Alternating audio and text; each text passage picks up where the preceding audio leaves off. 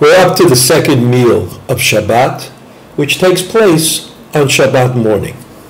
Now, Shabbat morning is really Erev Pesach. And on Shabbat morning, we have very serious limitations. On the one hand, we can't eat matzah because it's Erev Pesach. On the other hand, the Sof Zman of Achilat Chametz is early in the day. In Yerushalayim, for example, this year it comes out about 10 o'clock in the morning. So if you wanted to eat a meal Shabbos morning, the same way that you eat the meal Friday night, that is to start out with chametz and then to go to Pesach, right? Start out by eating chametz in order to make hamotzi, lechem mishnah, etc., and then eat the meal that is prepared in Pesach pots. Then you'd have to eat the chametz before 10 o'clock in the morning. In order to do that, of course, you have to go to a very early minyan. In Yerushalayim, this is a very common thing. All the shuls start davening very early on this Shabbat morning in order that everybody should be able to get home in time to have a Shabbat meal with lechem mishneh and a Shabbat meal that does not impinge on the limitation of eating chametz after the hour of 10 o'clock in the morning. So what you do is, you go early in the morning, you daven, you come home, you sit down to eat the meal. Lechem mishneh, again, the suggestion is that you use pitot.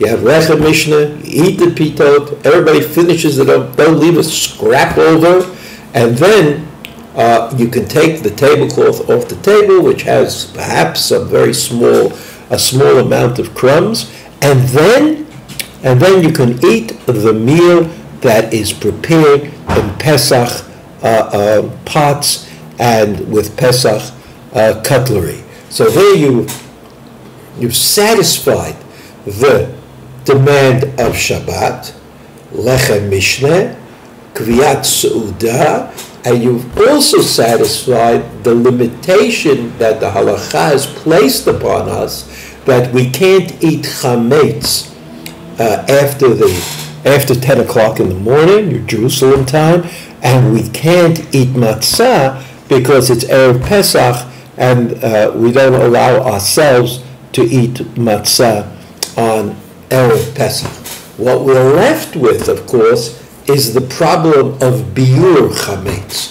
You remember that we looked for the chametz on Thursday night, and then we burnt the chametz that we had left over that we weren't going to use on Friday morning, right? We also sold our chametz sometimes before Shabbat, right? Either on Thursday or Wednesday or Friday, whatever we sold our chametz.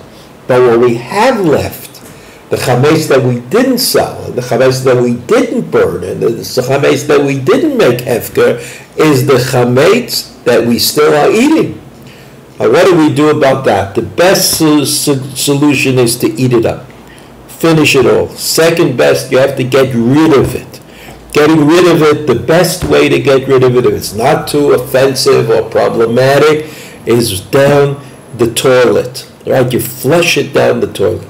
The third possibility is you take it, you put it into a bag, and then you put it into the garbage. The garbage is not such an obvious solution because there are two different kinds of garbage pails today. There's a garbage pail that belongs to me, and there's a garbage pail that belongs to the town or the city in which I happen to live. If you throw it out into the garbage, make sure you're throwing it into the garbage owned by the city, by the town, not the garbage pail that you bought, that you keep in your property, that you keep on your house. I'm not telling you that it doesn't work.